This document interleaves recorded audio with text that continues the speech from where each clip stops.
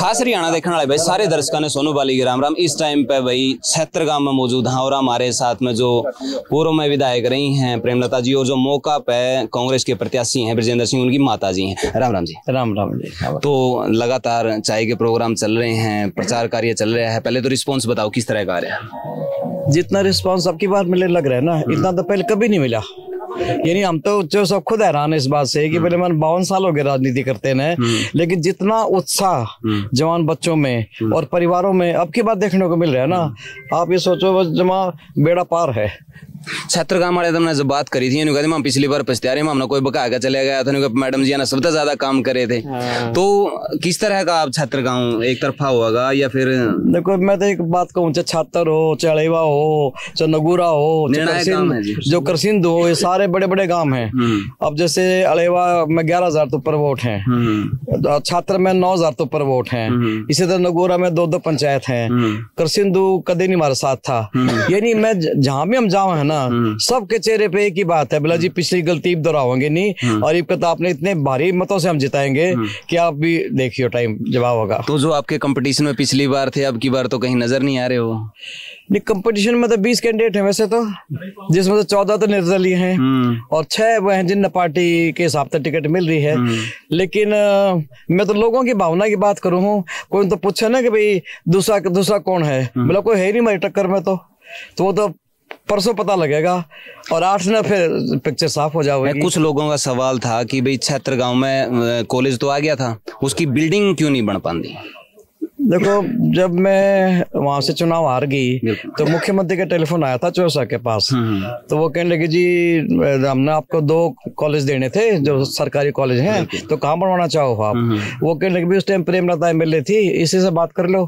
तो फोन मेरे को दे दिया, तो मैंने राम रमी हुई, फिर कहने जी कहाँ बनवाना है? मैं कहा छात्र में। वो थोड़ा सा हंस पड़े, बोले आपने पता आप कितनी वोट तार रहे हो? मैं कहा बेरा है सारा। तो बोले वहीं बनवाओगे? मैं कहा वहीं बनेगा कॉलेज। तो कॉलेज वहीं बना, लेकिन मेरे को दुख इस बात का आया कि जो वहां से इतनी भारी मतों से जीत कर गया, उसके बाद डिप्टी सीएम भी बन गया, उसने किसी सरकारी अफसर को यहाँ तक कहा कि छात्र में मत बनाओ, इसको कहीं और बना दो।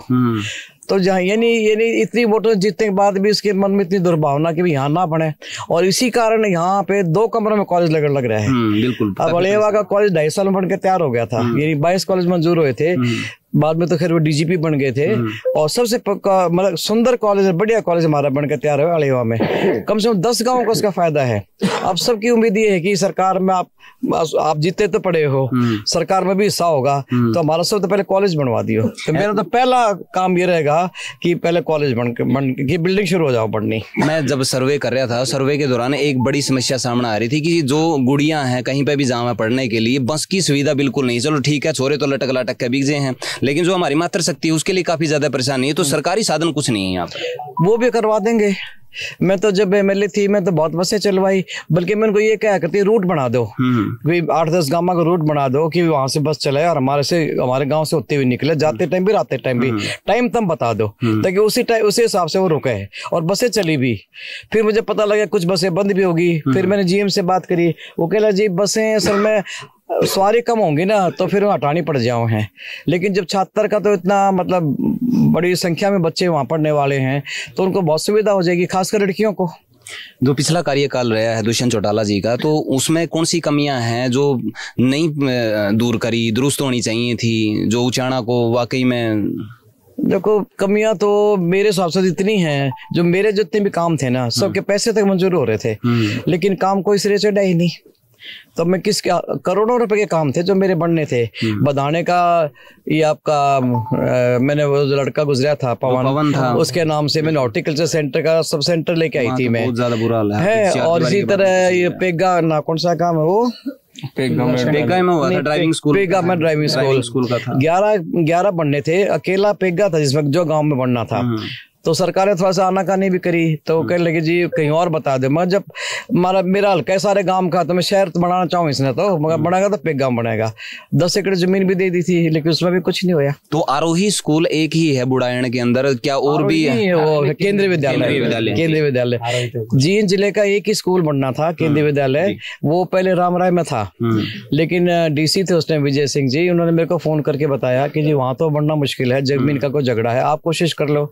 मैंने पूरी कोशिश करी और उस कोशिश का ये नतीजा है कि आज हमारे केंद्रीय विद्यालय बुढ़ाइन में बन गया है और बच्चों को अच्छी शिक्षा मिलने लग रही है। कुछ साल तो हमने अपना कॉलेज दे के रखा है उनको, जब तक उनकी बिल्डिंग तैयार नहीं हुई, कि हमने फ्री उसको दे दिया था, कोई हमने किराया नहीं लिया और आज वहाँ पे बच्चे अच्छी तरह पढ़ने लग रहे हैं। तो बढ़ने के बाद में पहली प्राथमिकता क्या रहेगी उचाना के लिए, अगर बढ़ते ही हैं तो? अगर क्यों बढ़ेंगे, नहीं देखो